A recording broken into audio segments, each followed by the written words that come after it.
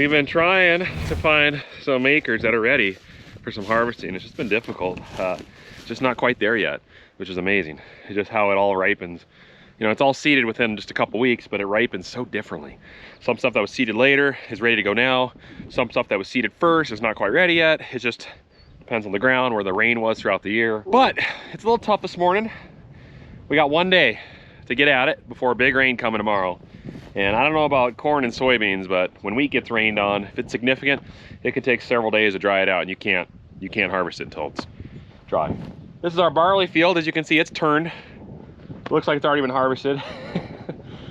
I don't know what's out there. We'll find out soon enough. But I'm hoping with these two machines going today, if we can find acres that are ready. There's a lot of stuff that got hailed on that's kind of on the edge. We'll be able to bust out a lot of acres and get a big day in before the rain. So I'm gonna fire this guy up and go do some test cuts, see if we can check some moistures, see if we're ready to go. This has been one of the strangest harvests I've ever done. It's just so weird. I don't know how to explain it. We started the year with the most acres planted we've ever had in the history of this farm. And I just have this gut feeling that there's a big operation ahead of us, that I've got a lot of work to do to be ready for this harvest.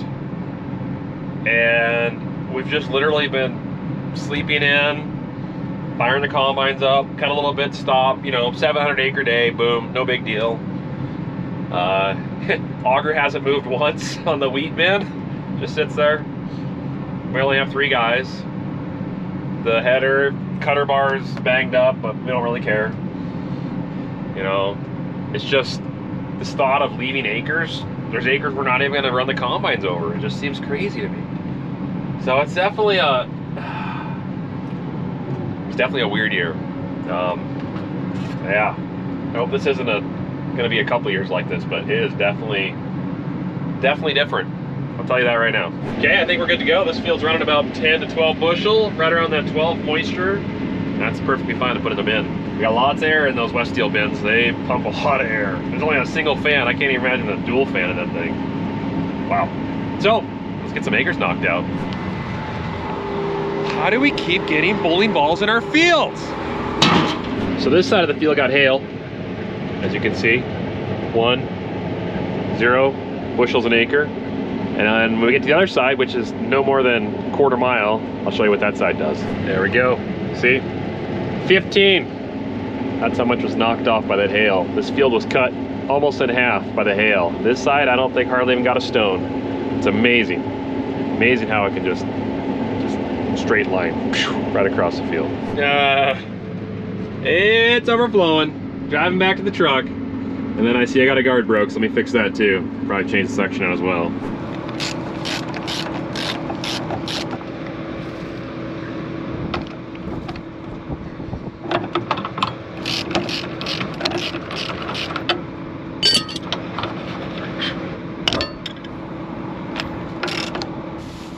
You might have noticed the cross auger, that's that auger on top there, is not turning. That's why we disabled it. There's no reason to run it. We're not doing any crops that need it at this point. Maybe the canola when we get to it, probably I'll turn it on then, but until then, there's no reason to be running those bearings and motors for something that's just using horsepower.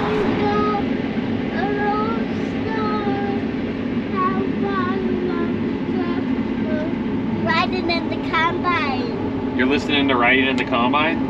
Yeah. Love you.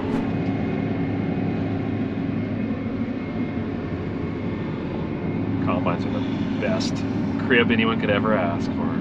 I think my expression, this harvest is back in the saddle again. But this isn't a rough Brock. Loving those LSW 1400s. Very smooth combine. So it's great for my old bones. And I'm not going to pick a bone about the old one, but this is better. So anyway, yeah, yesterday, the last couple of days, I've been spent time with the adjusters for hail, running around all the areas that were hailed, and you know, it gets tiring just, you know, driving to a spot, you know, getting out, doing the adjustment, getting back in, driving to another one, trying to figure out where to go, where the lines are for the hail damages. you know, and then just seeing the return prognosis of the amount of damage, you know, knowing that that crop's gone or somewhat gone, you know, your potential is diminished, but it's just one of those events that you face as when you're in the farming business. One of many. I heard a real high squealing, and I believe it's probably one of the cutting sections on the front of the header. Hit a rock, no doubt. We're cutting fairly close to the ground, so, and I think I know where it's at. All right, yeah, it's getting pretty hot, so I'm gonna go ahead and take the guard off, and then I'll beat the sickle back down to fit the guard, and then we'll keep going. So let's get her fixed.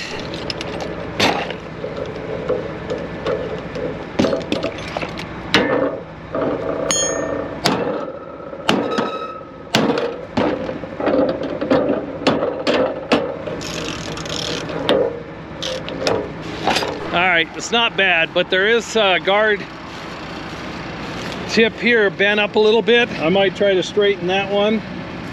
Oh, get that out of there. Let's check before we do that, see if there's any. Yep, that's it. Okay, I'm gonna go get the straightening bar and get it going again and get it in the field. Oh no! Is he turning? Yeah. He's turning? Yeah. Okay, so we're okay? Yeah. And I saw. Oh, that was close, wasn't it? Yeah. Yeah, we almost ran into Grandpa. What would have happened if we would have ran into Grandpa? We will write a chain under our. The chain's dragging because it dissipates the static electricity built up from all the material rubbing inside of the combine to the ground. Oh, okay.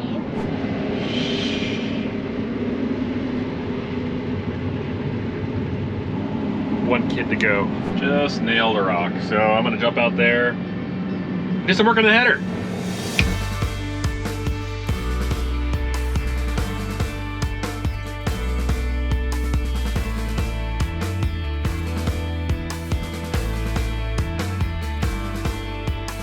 Well, I rolled over that rock and it kind of bent the whole cutter bar up a little bit right here. I tried to tweak on it with as much as my 180 pounds of body weight could do.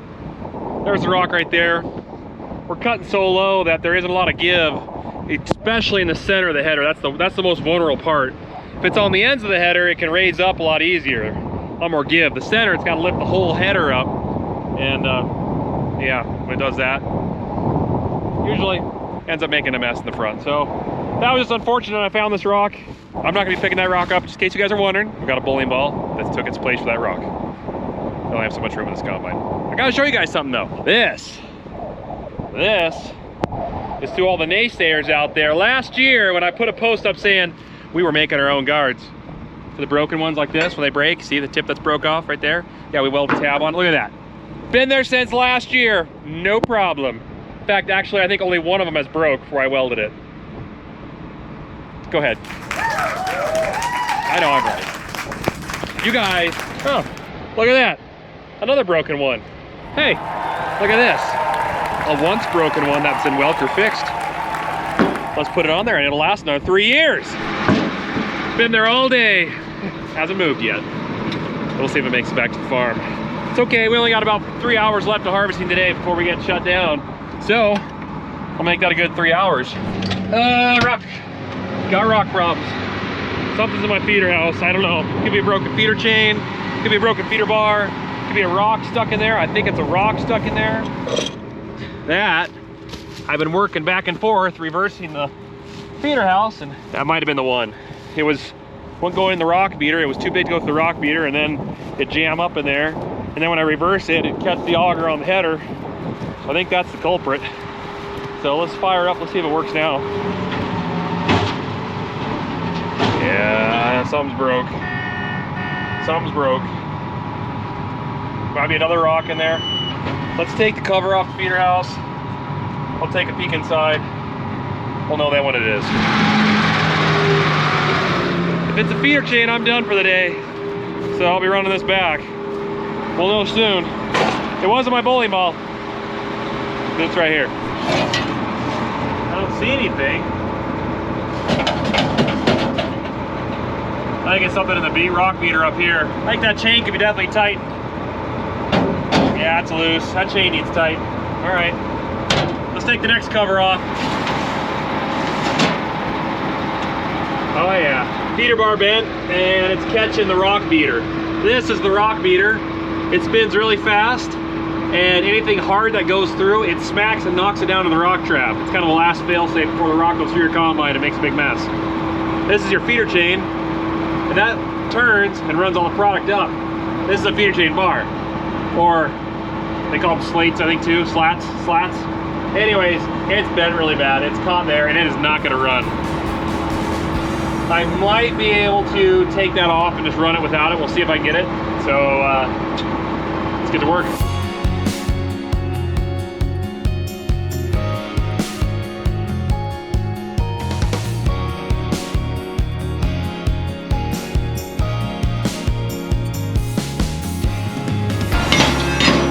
It'll run without those. We'll take them back to the shop, put them in the press, bend them straight, put them back in. After the rain, I'm gonna keep cutting tonight. So this field is actually the field that we deep ripped. One of them, done a couple of them now. And you can see the lines. I don't know if you guys can see them, but there's lines. About 45-degree angle that we did on it. We couldn't tell any difference this year. The Zone Builder Deep Ripper, definitely a great tool. I firmly believe there is benefits for doing that. This is just not a good year to put it to the test. Let's put it this way. You've got two plants. You're gonna try out some different fertilizers to see how well they grow. You plant the seeds, you put piles of fertilizer in each one, and you don't water them ever. How are you gonna tell which fertilizer is better? That's kind of the same situation with this. There was no way to tell the benefit of deep ripping the ground because it never got the water to take advantage of the deep ripping so the plant could access that water in the ground to grow better. So next year we'll know. We're running out of daylight, weather's moving in, so we went ahead and jumped to one of the last fields that we know is ripe. For some reason, the chickpea ground that we had garbanzo beans on last year is the worst recrop ground this year. It's significantly worse than anything else. And our suspicion is because there was so little water and nutrients to go around this year, the chickpeas I think are pretty good and efficient at pulling that stuff out of the ground when they're growing. That's why they're kind of a drought crop. So I think they just deprived this land here of the nutrients that normally would have been, you know, replenished. I shouldn't say nutrients, water. That would have been replenished, but it wasn't this year, so that's why it's suffering. So we're getting 4 bushels an acre. There was some hail that came through here though too, but this is the last of the ripe stuff. Everything else is just still too green. So we're just finishing this off, just knocking out some acres quick, and I think we'll shut down, clean the combines up, park them, and be good for a couple days. All right, that's it. I think we're gonna call it. So I'll run the combine back, dump what's left in the tank, blow them off, close the hoppers, park them. Man, I gotta go replace an electric oven at the lake house tomorrow because the one went out that was in there. And just so you guys are aware, if you want to get a 27-inch electric oven, wall oven, and you want to get one new, good luck. They're back ordered for like 2 to 6 months. It's crazy, but I found a used one that was good, so we're good. All right, let's get that leaf blower. Let's see here. Lunchbox, drone case. Another good spot for that. Extra sunglasses I'm wearing. I don't know why. Where's that thing hiding? There it is. One got fuel in it. A little bit. That'll be enough.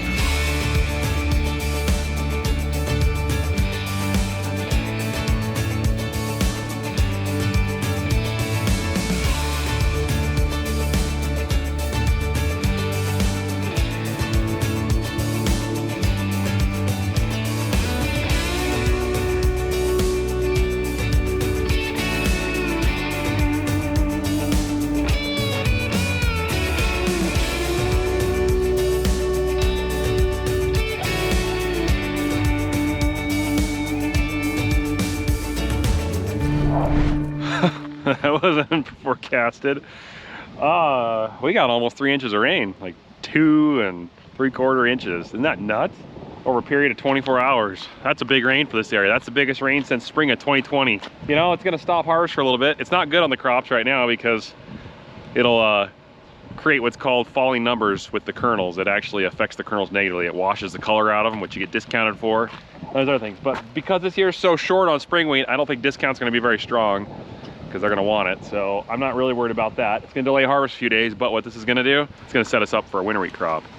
So once we finish harvest, we might be able to get the air drills going, put some winter wheat acres in, because if we would have had that in this year, we'd have had double the yield at least to triple. So anyways, praise the Lord. I love water. This ground needed it. Fire hazard just went way down. Good deal.